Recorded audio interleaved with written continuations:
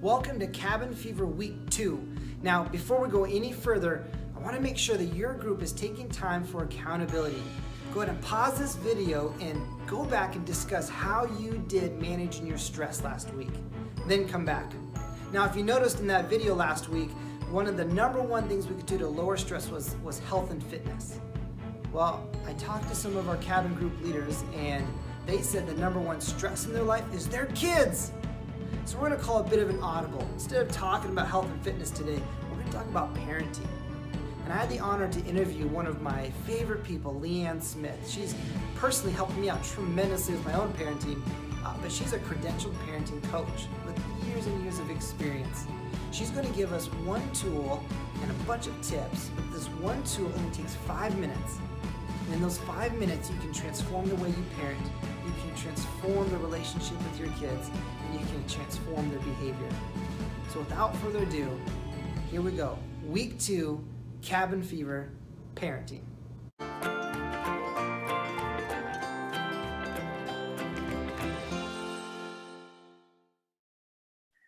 Well, hello, I'm here with Liann Smith, and this is one of my favorite people because she is a parenting expert, a parenting coach. Liann, welcome. Thank you. I'm so excited to be part of this program. It's great. So the reason I call you a parenting coach, parenting expert, is because you're my parenting coach. You've helped us out tremendously. But aside from that, tell us a bit about some of your experience and qualifications. Sure. I am a mom. My husband and I raised 3 daughters for 35 years. So we have 5 grandchildren. I've been a children's pastor for many years. I love kids.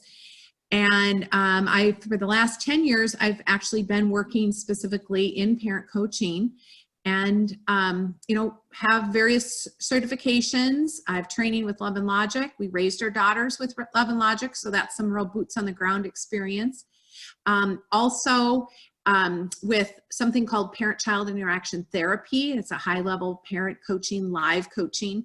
I think attached to this program, you'll see me actually in a lab working with a child demonstrating the skills we're talking about. So I have certifications in that, and it's just a delight to keep working with families. I love that you're on the double blind glass and you're watching the parents, coaching them in the in-ear monitors. It's just cool stuff. So it's cool stuff. All evidence-based. Everything we talk about has lots of studies sitting behind it. So it's high level of confidence. It works. And it works. That's the key. So I've got to ask you this question. It's for me. It's for all the other parents. We've been working from home, and our kids are also home with no school. And more than I'd like to admit, my kids have brought me to this boiling point and then some. And I go, I thought I had this down. I thought I understood parenting, but just being around them more. Can you help me out? Can you help us out and throw us a lifeline, some tips, some tricks, some strategies to deal with our kids now that we love them, they're just around all the time? Yep, I totally get it. And I can relate. So first of all, I want parents to give themselves some grace, okay? Yes, you're working from home, you're parenting, and your teacher, right? So give everybody some grace. This is tough for kids too. Change is difficult for kids, and change is difficult for parents. So let's, dial it down a little bit. Remember to give each other grace. And I'm going to talk to you about 2 tools, kind of 2 foundational needs. That's what we're going to go after. We're going to go after some needs that kids have, because if you meet the need, usually the negative behavior, or what we call negative attention-seeking behaviors, decrease. Okay, so those 2 needs. Are you ready? Because here we go. Okay. Yeah, give them to me. Here we go. So those 2 needs are emotional connection and a sense of control. Comes from Maslow's hierarchy of needs. Okay, and there's one more foundation we need to remember. Attention for children, and actually all humans, but attention for children come right here. Your eyes and your words. Anytime you're using your eyes and your words with your kiddos, you're giving them attention. So remember that. Use this power for good, not evil. If you're teaching to them in the negative all the time. Pick up, and why are you doing this? You're doing negative reinforcing, okay? If you start working on those positives, which we're going to talk about in a few minutes, you're using this for good, okay? Right. So those are those two foundational needs, and then even something above that, and that's where attention comes from. The first tool I want to talk about is the tool called choices that will help to support that need for control. Now, because we have a limited time, we're not going to go into choices. I think a lot of parents have understood choices or read about choices. Love and Logic has really great resources on how to give kids choices. There's a handout attached to this program that walks through some rules on giving choices. So we're going to set that aside. But but choices is just a way to fill up their little tanks in these two areas, right?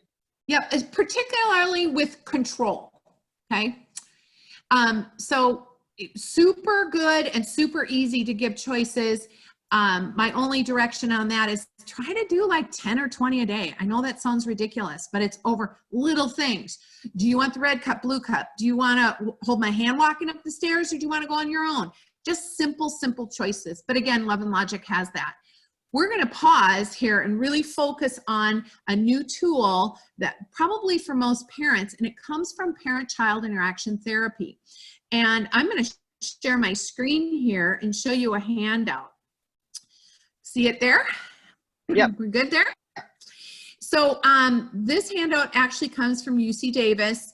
They are, forefront on the studying and the implementation of how to use behavioral skills to change behavior in kids and to support this need for emotional connection and control.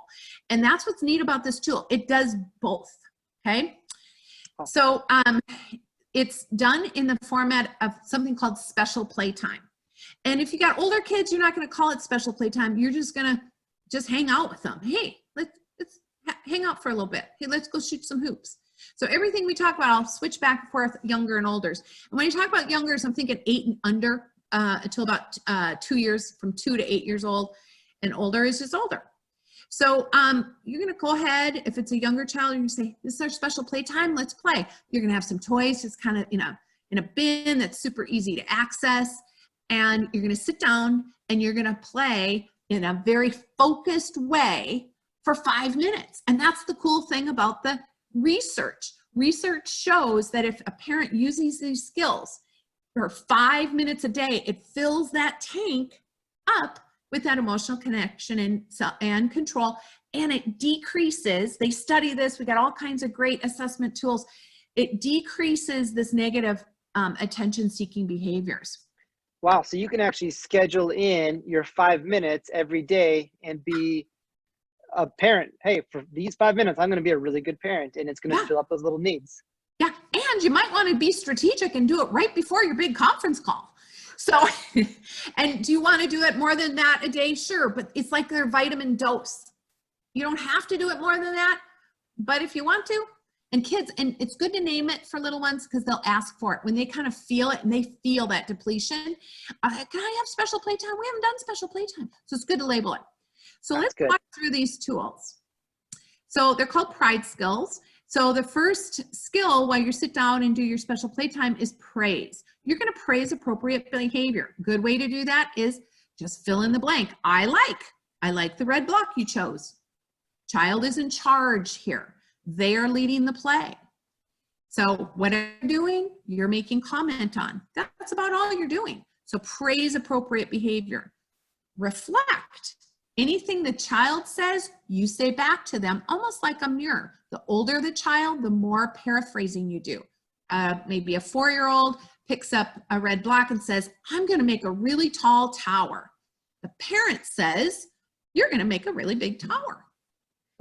Nice tone in your voice. And boy, kids love hearing their words back to them. And it tells them you're listening to them. If it's an older kiddo, you're going to paraphrase that phrase a lot. You know, oh man, I hate school. This is hard. I don't like it. Yeah, it seems like this is tough for you. That's a good paraphrase. So praises, reflections, And then our next tool in Pride Play or special playtime is imitating. So the child's playing with blocks, you're playing with blocks. You're not checking your phone. Again, 5 minutes. Right. Okay? And then describe. Describe is an odd little tool in this. It's unnatural for parents, but it really is wonderful. Anything the child is touching, moving, you're going to go ahead and talk about it. Oh, you picked up the red block. Now you have the blue block. It's like a narration of their movements. And what does it tell the kids? Hey, my parent is really listening to me. I'm important. What I'm doing is important. Whoop, fills up that emotional connection, making them feel good. So anything they're talking about, anything they're doing, you're talking about. And then in this 5 minutes, it should be enjoyable. Sometimes it's not. Sometimes kids switch up the toys or they don't want to sit down and be still. And that's where our rules come into play, okay? Your job is to stay calm, enjoy it. Remember, it's only 5 minutes. Sometimes you just have to keep playing if the child goes off. You're not giving them lots of commands. You see, there are some don't skills. We're going to avoid commands. We're going to avoid asking questions, and we're going to avoid criticizing. And any time that you use the words no, don't, stop, quit, not, you're actually criticizing. So for 5 minutes a day, there's no criticizing. There's no telling them how to do it. Hey, you should make a really tall one with putting on the blue one. Nope. Child is in charge. They are just doing their play, and you're narrating it, you're praising it, and you're repeating their words. If you do that, you're going to be following their lead. That increases their sense of control. Wow. The question asking is a little goofy, but again, it is about that control factor. So I'm going to give you just a quick little example of how questions feel, and then we're going to wrap this up. So Kevin, what did you have for breakfast this morning? Eggs and bacon. What did you have for lunch? I missed it. What's planned for dinner? Tacos. So who's in charge of this conversation? You've been in charge the whole time. Exactly. So if you sit down and you start playing with your child and say, oh, are you going to pick up the blue block? And are you going to make a tower? And you go question after question, you just decreased that sense of control. It feels very dominating to kids. And frankly, they get a lot of questions all day long. It's like a breath of fresh air to not have questions. So just be a little careful about questions. Okay? That's really good advice. Yeah. Now, last we have a great tool called Ignore. And when we ignore inappropriate behavior, whether it's in special playtime or just any time, it's a super helpful consequence because attention comes from your face, your eyes, and your words. If I shut this off, the child feels it as a consequence.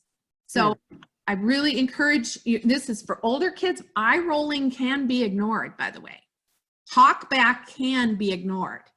And, you know, throwing a car across the room when they're kind of mad at you because you didn't let them eat the cookie, it can be ignored. Because anytime you don't ignore it and you give your words, you're going to be reinforcing that in a negative way. So just be quiet, mom and dad. Just be quiet. And you can even turn your face away from them. Love and Logic likes to tell you to use an empathetic one-liner. It's a little bit of a lead of this, the removal of the parent or ignore is coming. Like, oh, that's sad, turn after the car was thrown. So ignore those inappropriate behaviors, especially in special playtime. We don't want to get into a fighting match with them when something's supposed to be positive. And then I would encourage you, work on it and all the other ones. Pick your hills to die on. Be careful what you're doing with your mouth. The words are a big deal. So So I love that because you're right. It's this change and it's new and it's not just for us, but it's for the kids as well. And they have their own needs. And it sounds like this special playtime, these pride skills are really going to fill up that tank that they need to be filled. So I love that. I've used it. It works. I've gone away from it. And I have these conversations with you and I go, oh yeah, that's right. That's what we're supposed to do. And I know it works too, because I've seen your kids and they're adulting well right now. And that's the proof in the pudding. Yeah. It's So wonderful. Leanne, let me ask you this, just thank you for being here. And if you have any final comments for parents like me, parents everywhere who are struggling through this? You know, my last comment, and I hope it's the most important thing that I say today, and that is, if you do mess up, because guess what, you will. You're Yep. gonna, I told you to put away your stuff. It's okay to stop and apologize. Just say, hey, you know what? I'm sorry, honey. That wasn't appropriate for me. I'm really stressed right now. I'm gonna go take a break and take a couple deep breaths. And I'll tell you why that's important. First of all, it's a humbling, very good life skill to be able to learn how to say you're sorry. And secondly, it calms things down with your children. But most importantly, it's a modeling. And modeling is the most important skill you can use with your children. So if you model, hey, I need to take a break. I'm sorry the way I said that to you, or I need to take a break, come back and say, I'm really sorry how I said that to you. Wouldn't it be grand for in 6 months from now, you got a 5-year-old who can say, hold on, I need a minute. I'm sorry, Mom. How about a 15-year-old? Pretty cool. So modeling is so important, but give yourself grace. Say you're sorry when it's valid. And you know what? You're not alone as parents. The Holy Spirit's with you. Jesus is for you as parents. And just keep walking through this. It's going to be okay. No, I love that. Thank you so much for that final encouragement, because we will make mistakes. And like Leanne said, many of these different documents and teachings, and even an example, a video link of Leanne teaching, showing how to do this, will be included with this lesson. So take advantage of that. And parents everywhere, I'm going to just say thank you. Thank you, Leanne, for being here. You bet. God bless you all. Bye. All right.